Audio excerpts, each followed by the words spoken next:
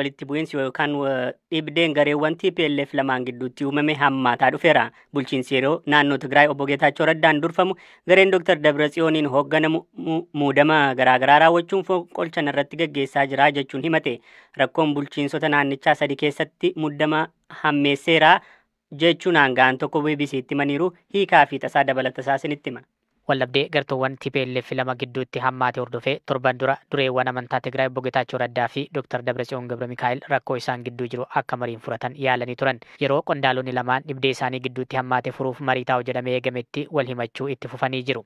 Keessumaa xumura torban darbee bulchiinsi yeroo Tigraay obbo Geetaachoo Raddaan hoogganamu gartuun Dr. Dabratsiyoon fonqolcha mootummaa raawwachuu fi seera maleessummaa babal'isuun haala qindaa'een hojjetaa jira jechuun himatee taateewwan tokko eereera.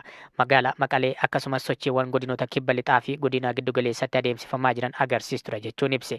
Dabaluunis torban darban gartuun Dr. Dabratsiyoon ajajoota humnoota Tigraay waliin waliigaltee irra ga'uu fi caasawwan mootummoota naannichaa hunda to'achuuf dhiyaachuu isaa bal'inaan ibsaa akka jiru ibseera. Tarkaanfiiwwan seeran alaa garee TPLF Dr. Dabratsiyooniin hoogganamuun fudhatamaa jira jechuun bulchiinsi yeroo himatu keessaa tokko taatee dhiyeenya magaalaa Aksuumitti mudateedha. Bulchiinsa yerootiin kan muudaman bulchaan godina giddu galeessaa obbo Salamoon Baashoo waan mudate akkanaan BBC Tigriiffaatti himan.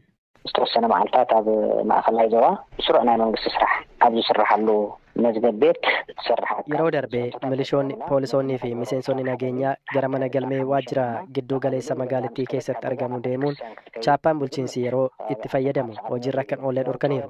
Kuni kan ta'e akka lakkoofsa Itoophiyaatti gaafa onkoloolessa 21 yoo ta'u guyyaa afur booda gaafa onkoloolessa 25 bara 2017 ammoo hojjettuun mana galmee sanaa mana isheetii baatee bataskaana osoo deemaa jirtu tilmaamaan naannoo sa'aatii 11tti namoonni 5 ukkaamsanii gara Adwaa geessan.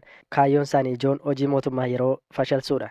Ji'oota muraasa dura gareen pirezidaantii bulchiinsa yeroo ce'umsaa naannoo Tigraay obbo Geetaachoo Raddaatiin durfamu magaalota Aksuumii fi Adwaatti walgahii jiraattota waliin taasisuuf karoorfatee ture rakkoon mudachuu isaa ni yaadatama. Keessumaa walgahii uummata magaalaa Shireetti waamamee ture irratti sababa jeequmsa uumameen obbo Geetaachoon walgahii akka adda kutaniif dirqisiisee ture.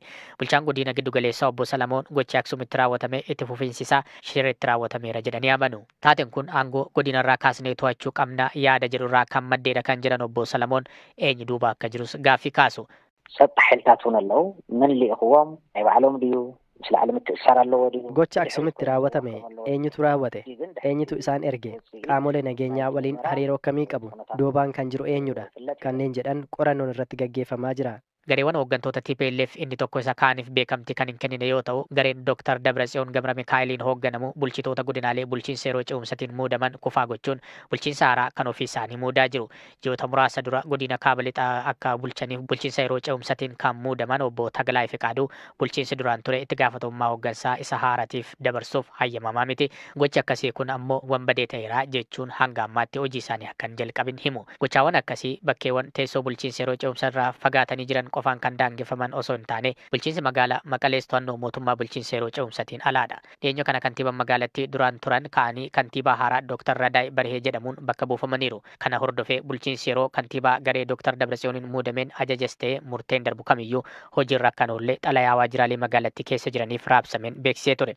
Haa ta'u malee xalayaan bulchiinsa obbo Geetaachootiin durfamuun raabsame kun mana maree magaalaa Maqaleerraa mormiin mudateera. Torbanoota muraasa dura bulchiinsa yerootiif beekamtii akka hin kenninee fi bakka buusuudhaafis akka hojjetu ifa kan godhe gareen Dr. Dabratsiyooniin durfamu mootummaa federaalaa fi qaamolee nageenyaa waliin dubbachaa jiraachuus beeksisee ture. Gaazexeessaan Eertiraa osoo mana murtiitti hin dhiyaatin waggoota 23f mana hidhaa jiru Daawit Yisaaq mirga namoomaan badhaasa argate.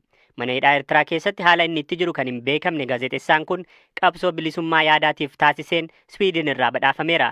Gaazexeessaa lammii Eertiraaf Swiidin kan ta'e Daawit badhaasni Edelsitaam jedhamu kan kennameef gootummaa isaa adda ta'eef akka ta'e dhaabbatichi himeera.